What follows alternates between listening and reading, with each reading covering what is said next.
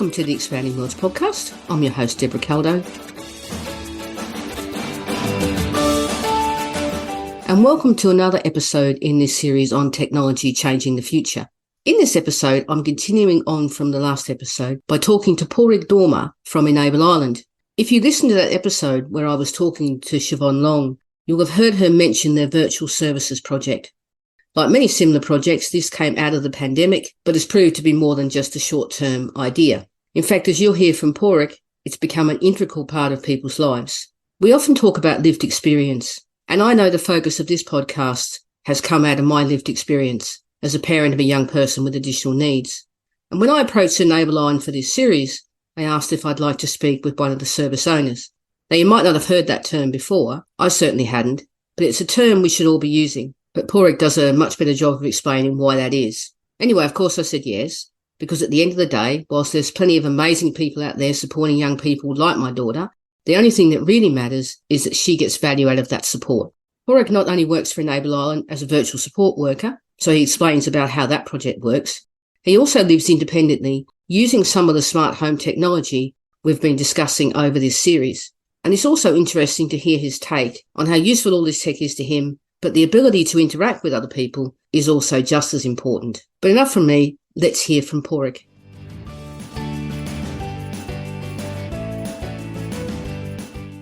Welcome, Padhraic, to the Expanding Worlds podcast. Can you tell me a little bit about yourself?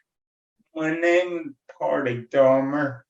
I'm a handsome 51-year-old male. I'm an uncle. I'm a brother. I'm an adrenaline junkie. I love jumping out of planes. I love hot air ballooning. And I have to tell everyone this. My highest parachute jump was 13,000 feet. And I love jumping. It shows me that everyone can be in the same boat when they jump out of a plane, and the thrill I get is just brilliant.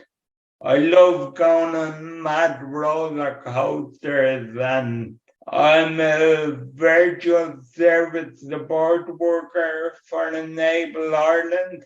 And I love that because, I love helping people, but I love getting paid for it more.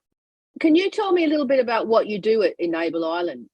I go to Enable Ireland Centre about twice a week, but on the virtual service, I present an advocacy session on a Monday. We have the virtual service, it's Microsoft Teams. We do 3 sessions a day online. I do my advocacy from 11 to 12. Then we might do a quiz. And then we might do another activity that's 5 days a week. And then on Wednesday evening, because people were very bored at home during the pandemic. Sorry, I should have said when we started the virtual service, it was at the start of the pandemic. People wanted something to do, so myself, Jason and Sean, 2 other gentlemen in Enable Ireland, decided to set up the virtual service. And we do 3 sessions a day, but on a Wednesday and a Friday, we do evening sessions. So from 6 o'clock till 8 o'clock in the evening. On a Wednesday, a girl does a quiz, Who Wants to Be a Millionaire? And on a Friday, I show a DVD. The lads of Enable Ireland send out a question what they want, and I just buy the video or get the video out of a charity shop, and I show the films. And not only the film, before the film, we have a half an hour talk, like social. We can say, how was your weekend? Did you do anything exciting? If it was someone's birthday that week, we make sure we sing happy birthday. We're not great singers, but we make sure we sing happy birthday. And on the topic of music, on a Thursday, 12 to 1 on the virtual, we have a girl playing the ukulele, and she used to work in Ireland and worked for Microsoft, and that's how she volunteered. But then she moved to Sweden and she got a new job. And the first thing she said to her boss, I'll take the job, but you have to give me an hour off every Thursday to teach enable art and music. And that I thought that was brilliant. This all started during the pandemic, but it still continues. Is that because people... it does continue, and the main reason it's continuing is people are unwell or just feel they don't want to go into the centre. We still have that communication online. All the people attending Enable Ireland were called service owners. Why we're called service owners is, the term service users. We didn't like that name because it felt very technical, like medical.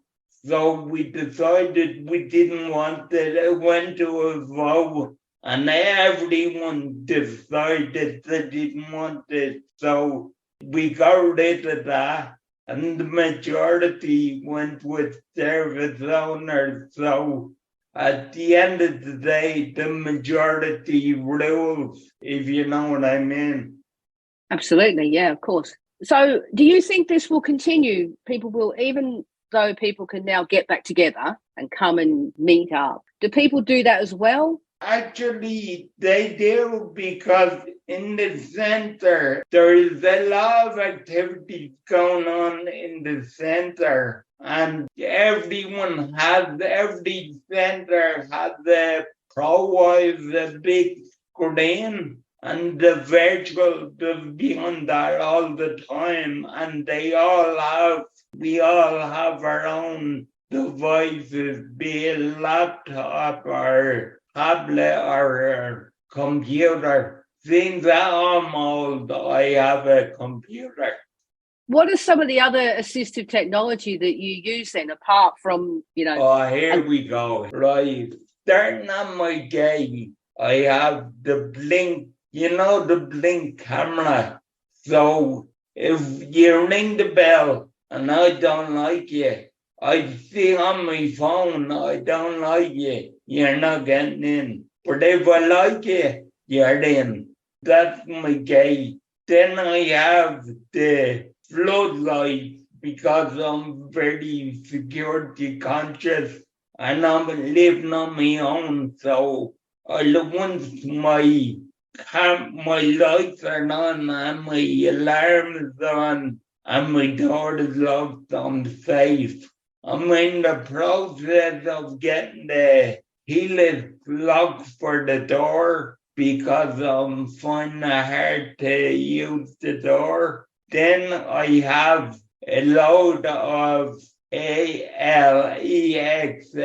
I'm not going to mention the name because they'll all go off.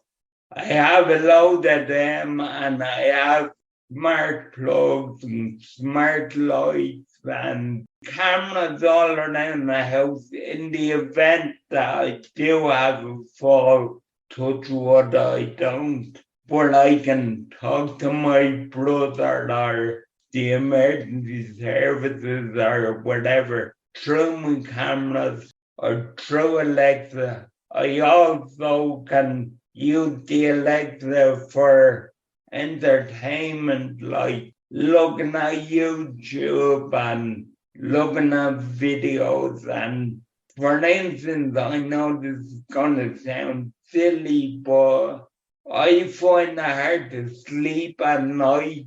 I get Alexa to play Rockabye Baby Lullabies for 10 minutes, and before the 10 minutes is up, I'm gonna sleep. I have my personal alarms with me at all times. I have a wrist alarm as well. I have a load of AT, and then on my computer, because when my cerebral palsy, my fingers aren't great, so I can't physically use a laptop. So I have a thing called a KVN switch, which is a little box, and I press the switch on the box, and all the information on my laptop goes onto my desktop, and I can use my screen for my desktop, and I can use the keyboard. And the other piece of technology is the keyboard, because it was made by someone with cerebral palsy, and it's called a springboard. So with a normal keyboard, the keys are raised a bit. So when I was pressing, say I was pressing O, because of my hands, P was coming out. But now on the springboard, the layers are embedded into it. So you only click on one key, which is great. I use the internet for shopping online, showing my DVDs, which I said earlier, and then my finance, like I pay bills and whatever. I find that a lot handier than going to the bank, because if it was raining or it was bad, if it was raining, I might be able to get out, and I just do all my finance online. Sorry for jumping, but when we are talking about the virtual service a while ago, also the weather comes into that, because if the weather is bad, you don't want to go out and get a bus and sit in the bus. So some people sit in the bus for 40 minutes getting to the center. And like, we have it all online, it'd be better. And then you were asking earlier, can I see it prolonging it? I think it would be a good thing to keep the virtual going, because of the lovely Irish weather.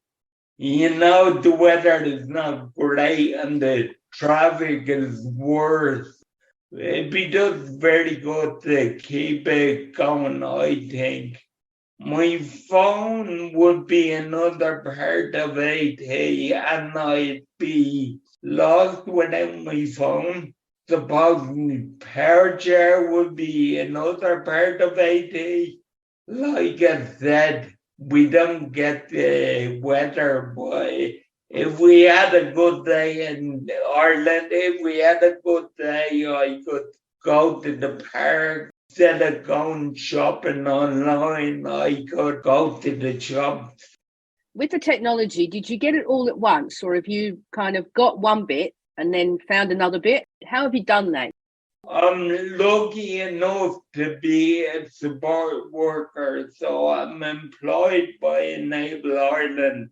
So I got 2 grants from Enable Ireland, but I could combine the two of them.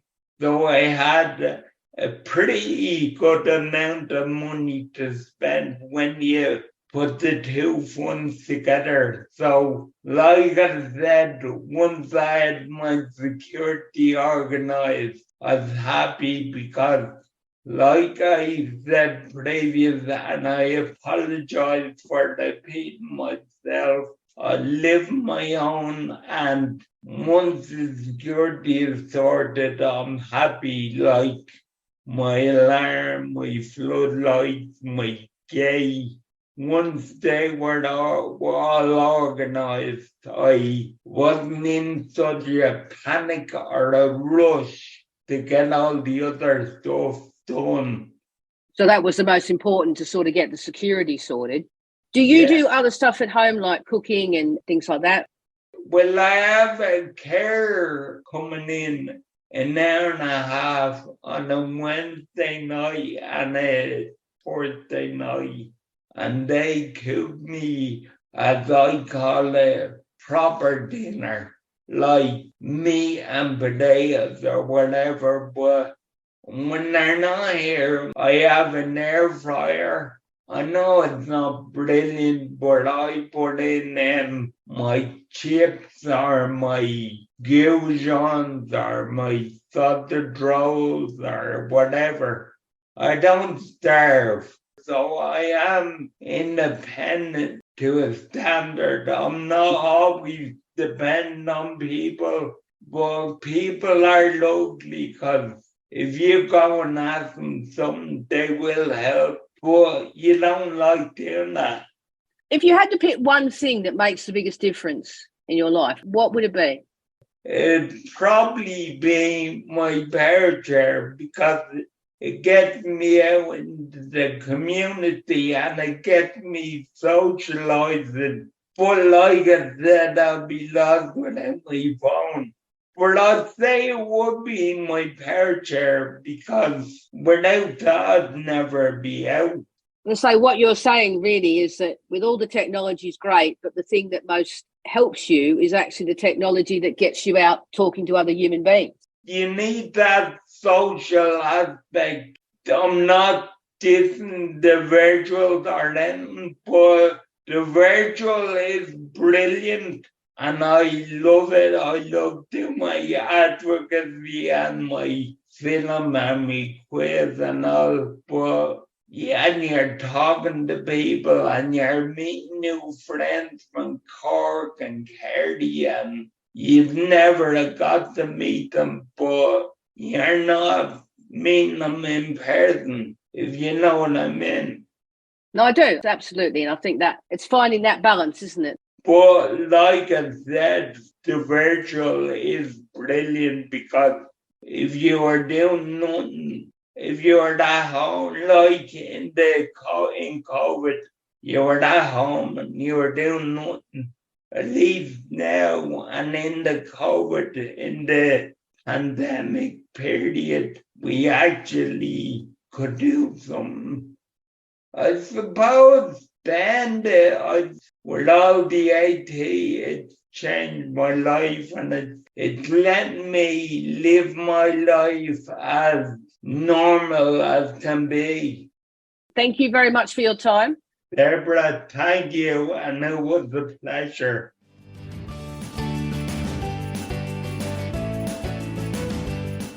Thanks for listening. I think it all comes back to the word enable. And I guess that's why they're called Enable Island, because that is what technology should do, enable us to do what we want, which of course makes us owners, not users. The next episode of this series will be the penultimate one, and I'll be talking with Ben Wood about the future of technology and what that might look like, particularly in terms of smart home tech and technology that supports people to live more independently. If you enjoyed the episode, then please feel free to leave a review. If you'd like to get in contact with me, all feedback is welcome. If you have any ideas for new series, if you have anybody you think would be a great guest, then please get in touch. You can email me, Deborah@expandingworlds.com, or you can find me online at Deborah Caldo.